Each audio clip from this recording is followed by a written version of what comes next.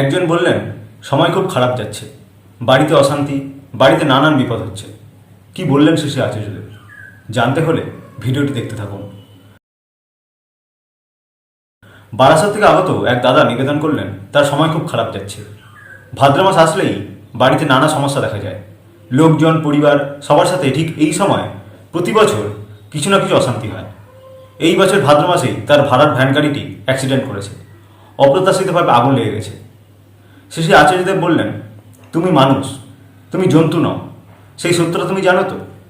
আমরা মানুষ, তাই মন বলে আমাদের একটা বিষয় আছে। এই মন বলে এত সুন্দর একটা বিষয়কে তুমি কন্ট্রোল করতে পারছো না। তবে তুমি মনুষ্যপদ বিবেচ্য কিনা এই বিষয়ে সংশয় থেকে যায়। জন্তুরা খিদে পেলে কন্ট্রোল করতে পারে না। জন্তু আর মানুষের স্থূল তফাৎ ভাবত। তাদের দিন লাগে না, রাত লাগে না। হরিণ এলেই বাঘ খিদে পেলো না পেলো তাকে ধরল। কিন্তু তোমার খিদে পেলেই কি অন্য মানুষের খাবার ছিনিয়ে নিয়ে খাও? তার মানে তোমার খিদেটাও তুমি ইচ্ছা দিয়ে ত্যাগ করলে। তোমার প্রস্রাব এলে সেটা তুমি কন্ট্রোল করো না। কেন করো? কই বাঘ, সিংহ, হাতি তারা তো পারে না। তাহলে তুমি নিজেকে নিয়ন্ত্রণ করতে জানো, কিন্তু জীবনের বেলা হচ্ছে না কেন? আমার অশান্তি লোকের সাথে, ঝামেলা আকাশ থেকে কেউ এসে আমাকে দিয়ে করিয়ে দিয়ে যাচ্ছে না। মনে মনে এই অবধের মতো যে বিশ্বাসটা আছে সেটা দূর করো আগে। গাড়িটা পুড়ে গেছে ভাদ্র মাসের জন্য নয়। ভাদ্র মাসকে দোষ দিও না। আগুনটা কি মাসটা এসে লাগিয়েছিল, না অন্য কারণে লেগেছিল? তোমার চিন্তা চলনটাকে দেখো। তুমি বিক্ষিপ্ত মন নিয়ে অসচেতনভাবে চলবে, আর দোষ হবে ভাগ্যের, নয়তো মাসের। ব্যক্তিটি জানালেন, আগে বাড়িতে নানান বিপদ হচ্ছে। আচার্যদেব বললেন, বাড়িতে বিপদ মানে? আমার চিন্তা চলন বিক্ষিপ্ত হলে আমার বিপদ হতে পারে। বাড়ির আবার বিপদ কী করে হয়? ধরা যাক গাড়ির অ্যাক্সিডেন্ট হলো। আসল কারণটা এই যে গাড়ি চালাচ্ছে তার অনিয়ন্ত্রণ। কই গাড়িটাকে তো বলি না তুই নিজে নিজে গিয়ে অ্যাক্সিডেন্ট ঘটালি। তাকে না চালিয়ে দাঁড় করিয়ে রাখলে হাজার হাজার বছর সে ওভাবেই থেকে যাবে। নিজে নিজে গিয়ে গাড়িটা অ্যাক্সিডেন্ট করবে কখনো? ঝামেলা আসুক, ঝামেলা হতেই পারে। মনকে বলবে এটাই তো তোমার পরীক্ষা, যে তুমি ঝামেলা থেকে কিভাবে মুক্ত হবে। রামচন্দ্র পুরুষোত্তম হয়েও তার ঝামেলা কম ছিল? সর্বশক্তিমান ঈশ্বরকেও মানুষরূপে মানুষের যা যা কিছু ঝামেলা সব পোহাতে হয়েছে। কৃষ্ণ ভগবান, তার জন্মই তো কারাগারে। জেলখানার মধ্যে অন্ধকার ঘরে তার আবির্ভাব। প্রতি পদক্ষেপে মৃত্যুর ছোবল তার সামনে দাঁড়িয়ে আছে। যে কোনো সময় তার মৃত্যু হতে পারে। রাজার লোক খুঁজছে তাকে মারবার জন্য। একটা ভয়ঙ্কর শৈশব নিয়ে তিনি বড় হননি। তাকে যখন মানুষ হয়ে আসতে হয়েছে, মানুষের যা যা কষ্ট সবই তাকে সহ্য করতে হয়েছে। ঠাকুরের সমাধি হয়েছে।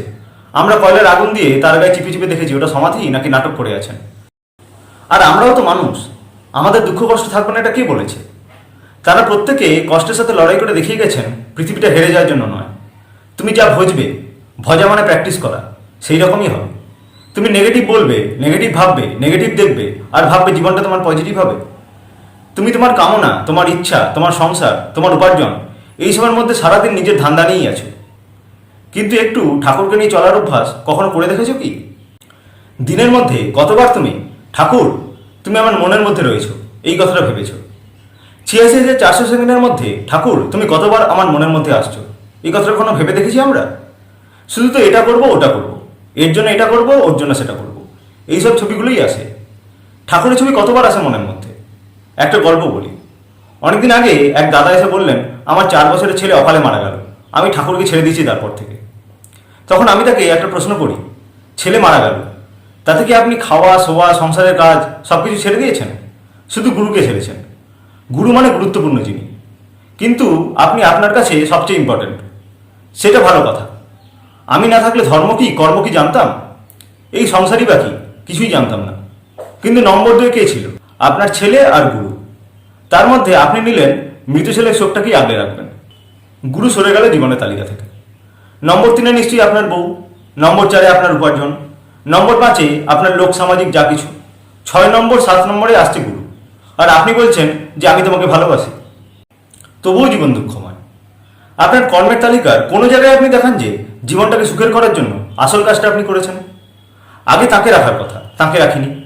2 নম্বর স্থানে তার জায়গাটাও রাখিনি। আর বলছি তুমি আমাকে দয়া করো। এটা কোন বিচার? এটা বিচার হতে পারে না। আমার জীবনের সবচেয়ে ভালোবাসার জিনিস তুমি হবে, এটা যতক্ষণ না সংকল্প করছি ততক্ষণ একে দোষ দিয়ে, ওকে আগলে ধরে, একে ঠেলে সরিয়ে একজনকে ছেড়ে অন্যের কাছে গিয়ে কোনো লাভ হবে না।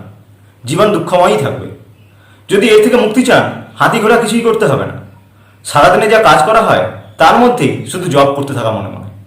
কিছু সময় পরে পরেই মনে মনে হুঙ্কার ছাড়ুন যে ঠাকুর আমি তোমায় ভালোবাসি, তোমাকেই ভালোবাসি। 48 ঘন্টার মধ্যে মনের বদল টের পাবেন।